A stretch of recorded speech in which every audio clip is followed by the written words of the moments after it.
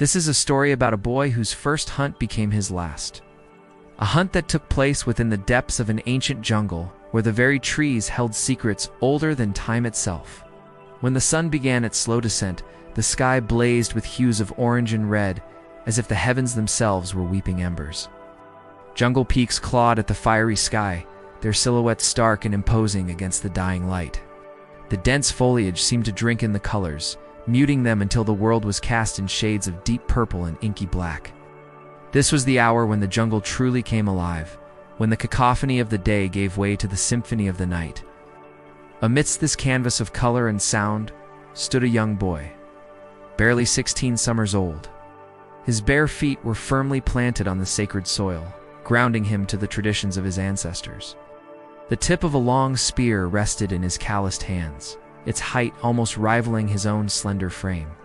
His face, though young, bore the stoic mask of a warrior, his eyes intense and resolute, betraying the turmoil of emotions raging within him. It wasn't fear that quickened his breath, far from it, for fear had no place in the heart of a true hunter. His rapid breaths were a testament to the weight of legacy, the echo of generations of hunters that had walked this path before him. Each inhale and exhale was a prayer, a plea to the spirits of the forest for guidance and protection. For this was no ordinary hunt. This was his first, and fate, it seemed, had a cruel sense of irony. It warned him not through words, but through the solemn sagas of his elders, tales whispered around flickering firelight. His father, once a mighty hunter, had vanished on his first quest. His uncle had met his demise near the treacherous cliffs, yet their warnings were mere echoes compared to the hunger that gnawed at the tribe's belly. Meat was scarce, and desperation was growing. And he, driven by a need to prove his spirit, had insisted on going. Now, bathed in the fading light, he prepared to enter the emerald labyrinth, the very heart of the jungle, where danger lurked at every turn, and the rules of the world were different. The tribal shaman, her face etched with wisdom and sorrow, had marked his face with red dust, symbolizing the shedding of blood, both his and his prey's. She had given him no food, knowing that a full belly would only hinder his movements, and no torch, leaving him to navigate the darkness with only his instincts and courage to guide him. All she had bestowed upon him was a single word, a whisper: "Beware," she had said, "for the jungle does not give without taking. If it accepts you, you will return a man. If it doesn't, you'll feed its roots." With those words ringing in his ears, he had stepped into the undergrowth, into the cool, damp embrace of the forest. Leaves immediately swallowed him whole, their emerald canopy transforming into an impenetrable ceiling. The jungle stood silent, still watching, waiting. As minutes stretched into hours, the oppressive quiet pressed against him, amplifying every rustle, every snap of a twig, making his heart pound in his chest. He could feel the forest's presence all around him, not in the rustling leaves or the hooting owls, but in a deeper, more primal way, as if the trees themselves were peering at him, scrutinizing his every move. He moved deeper into its domain, his senses on high alert.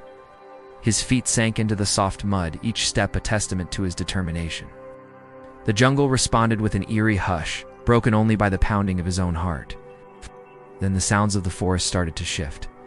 Insects clicked their shells, frogs grumbled from hidden pools, and the wind moaned through the twisted bark, weaving a symphony of unease. But still he moved forward, his gaze scanning the shadows, his spear held at the ready. Suddenly, movement. Through his peripheral vision, he saw it. A wild boar, massive and menacing, its tusks curved like scimitars glinting faintly in the gloom. The creature snorted, its nostrils flaring, kicking up dirt with its powerful hooves. It radiated brute anger, charging through the undergrowth. In a heartbeat, the boy dropped low, his movements fluid despite the heaviness in his chest. He watched, held his breath, and when the moment was right, he launched his spear. Arced through the darkness, guided by instinct and adrenaline, on throw, one chance. Time seemed to slow as the spear found its mark. A grunt of pain echoed through the jungle, followed by heavy thuds. The boar crashed to the ground, but the boy's victory was short-lived, for as he turned to retrieve his spear, something snapped behind him. He whirled around, heart hammering against his ribs, his eyes straining to pierce the gloom. There was nothing there. Relieved but cautious, he turned back to where the boar had fallen, only to find it vanished. Gone. Confused, he stepped into a clearing. The trees here seemed to have a life of their own, bending inward. Their branches gnarled and curved in unnatural ways, forming a canopy that shut out the stars. In the center stood a stone idol. Its surface cracked and weathered, its features eroded by time and neglect.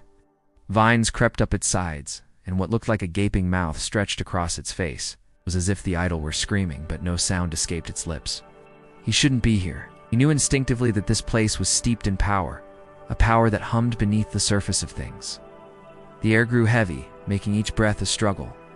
The spear trembled in his hand, not from fear, but from the oppressive presence that seemed to emanate from the very core of the idol. Taking a step back, he stumbled, and that's when the roots grabbed him. He fell, and from behind the idol, a shape emerged. It wasn't a man. It wasn't a beast. It was something in between, something ancient and terrible. It moved with a low, unsettling grace, its eyes glowing embers in the darkness. Its hands were gnarled bones, and its skin, if it could be called that, was like charred bark. It circled him, silent and watchful. He wanted to scream, to claw, to bite, but terror froze him in place. The creature didn't attack. It just studied him, regarding him with an alien intelligence. It took another step closer, and with that movement, the jungle held its breath. The wind, the insects, the frogs all went silent, leaving only the beating of his heart and the creature's soft footfalls. He tried to crawl away, but the roots held him fast. His spear was gone, and as the creature approached, its shadow enveloping him, he knew he wouldn't get away. Then it moved again, this time to stand directly over him. He looked up into its soulless eyes, and in that moment he understood. This was no mere forest spirit. This was something older, something more. This was the guardian of the jungle, and it had deemed him unworthy. His first hunt had become his last. At dawn, the tribe emerged from their village, their faces etched with worry. They called his name, their voices echoing in the vast emptiness. They searched for tracks, for signs of a struggle, but found none. The jungle had swallowed him whole, leaving no trace of his passing. Hours turned into days, and their hope dwindled with each passing moment. Had he been taken by wild beasts, lost his way? Or worse, had he angered the jungle and paid the ultimate price? Finally, they reached the edge of the woods, the place where he had disappeared. And there, amidst the tangled roots and overgrown foliage, they found a single red leaf lying on the forest floor. It was stained a deep crimson, as if soaked in blood. The elders recognized the leaf, its color, its shape, was from the cursed tree, the one that whispered madness to those who dared listen.